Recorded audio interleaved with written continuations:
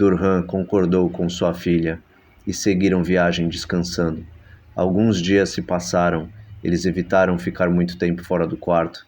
Os olhares da infantaria em sua direção não eram dos melhores. Estavam cercados de inimigos e não podiam se expor muito, não se quisessem chegar inteiros até o objetivo.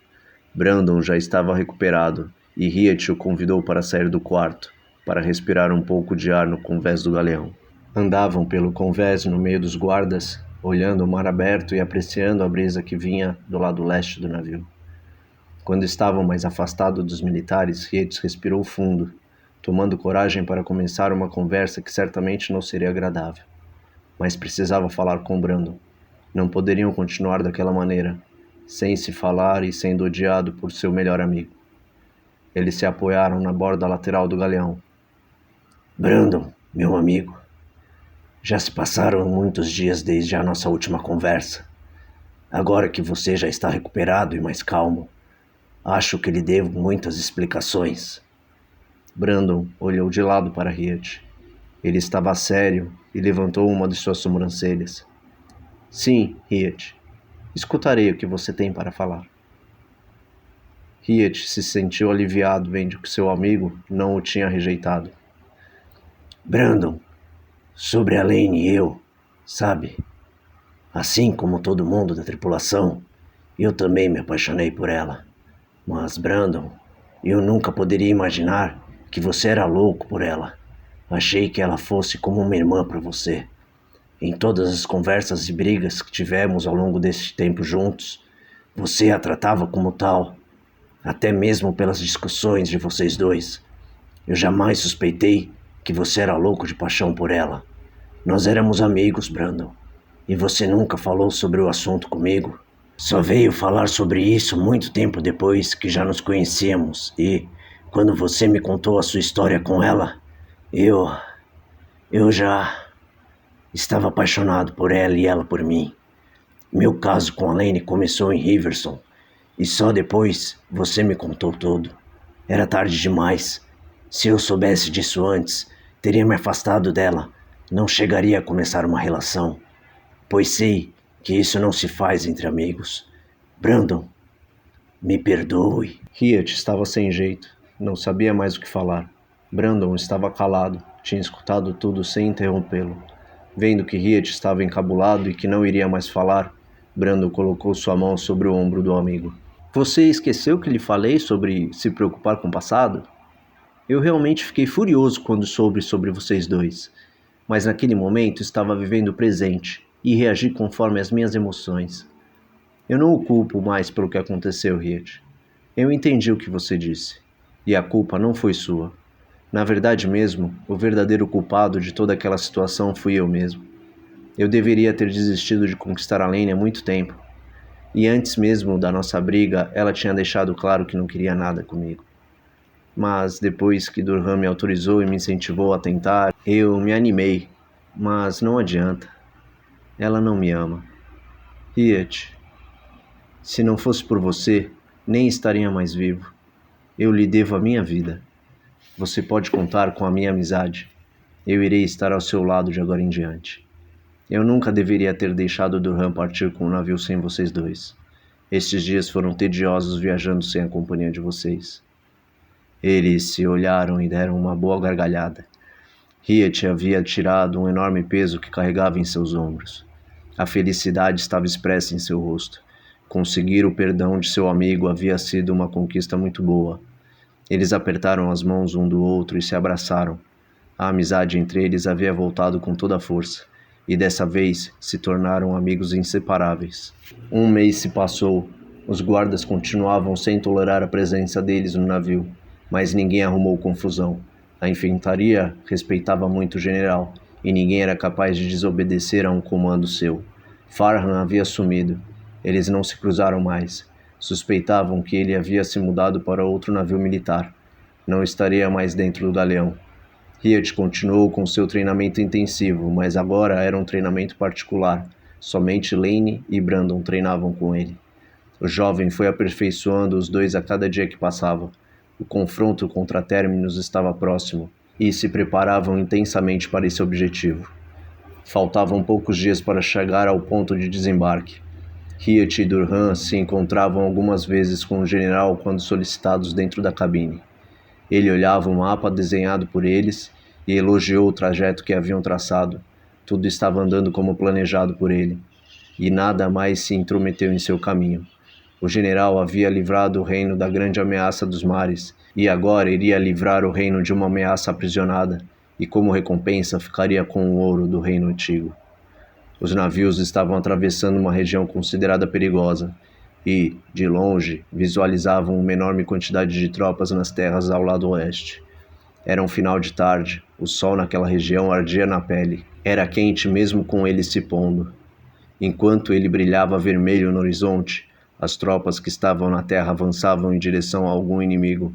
Eram muitos homens carregando catapultas e balistas. As cavalarias e lanceiros seguiam na frente. Mais atrás, muitos arqueiros. Os navios continuavam no mar a certa distância da terra, e os olhares atentos ao que estava acontecendo em terra firme. Um pouco mais à frente daquela enorme tropa, havia uma imensidão de orcs à espera. Atrás deles, um enorme castelo que eles protegiam. Era o castelo do antigo orc que andava pelo reino como espectro. Isso significava que estavam bem próximos do objetivo. O castelo ainda era dos orcs, e uma guerra iniciou em terra.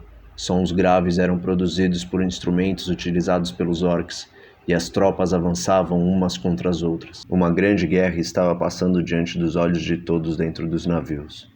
A realidade brutal vinha para lembrá-los de que estavam em território inimigo. Servia como um alerta para aqueles que se aventuravam em invadir aquele território. E o medo começou a apertar no peito de muitos soldados que não estariam preparados para enfrentar o que estava por vir. A grande maioria apenas obedecia às ordens, nem mesmo sabiam onde estavam se metendo. Eles seguiam em frente ao som amedrontador daquela enorme guerra que ocorria ao lado. Aos poucos, os navios foram se distanciando da guerra e do grande castelo, que ia ficando para trás, cada vez menor para a vista de quem olhava. Em pouco tempo, eles já não viam mais o castelo. Dali em diante, eles somente viram o deserto, uma área completamente abandonada. O sol terminou de se pôr e, com a noite, chegou um vento gelado trazendo frio para dentro dos navios. Estavam bem próximos do último ponto de parada, quando um navio de médio porte passou ao lado deles. Todos tomaram um grande susto. Estava completamente apagado. Já estavam preparados para poder parar os navios à beira-mar. Mas aquele navio desviou a atenção deles. Ele emparelhou ao lado do galeão e aos poucos algumas tochas foram sendo acesas. Estava repleto de seres estranhos. Havia homens deformados e gárgulas sobrevoavam a embarcação. Hiet, ao olhar, logo sentiu uma vibração negativa. Era uma energia muito parecida com o que havia sentido há um tempo. Ele e seu amigo Brandon se surpreenderam ao ver um homem que caminhava pelo navio com uma tocha na mão, acendendo outras que estavam espalhadas ao longo daquela embarcação. Ele se virou olhando diretamente para Hiet e Brandon. A luz do fogo da tocha iluminou o seu rosto, revelando um olhar negro e demoníaco, fazendo com que os dois dessem um sobressalto. Aquele rosto. Eles não acreditavam. Aquele homem era idêntico a Illard, mas não podia ser ele. Illard estava morto. Não poderia ter sobrevivido ao golpe de Hiet. Aquele demônio idêntico a Illard apontou a tocha em direção aos dois e riu de maneira escandalosa e sádica. O som produzido pela risada ecoou para dentro do mar. Os militares estavam paralisados quando o general saiu de sua cabine, ao lado dos paladinos que estavam sempre preparados para a batalha. O general ordenou o ataque. Os outros navios começaram a cercar o navio de médio porte que carregava monstros de outro mundo. As gárgulas sobrevoaram os navios e atacaram. Os homens deformados pulavam para dentro do galeão. Tiros de canhão massacravam aquele navio que era pequeno perto do galeão. Enquanto os militares, junto com Hiet, Brandon, Lane e Durham, defendiam-no dos invasores. As gárgulas atacavam os outros navios, pegando a tripulação com suas garras, que encravavam em seus peitos e depois os largavam no mar. Muitas flechas voavam na direção das gárgulas, mas as poucas que as atingiam Não eram capazes de penetrar o couro duro que formava a pele daqueles seres.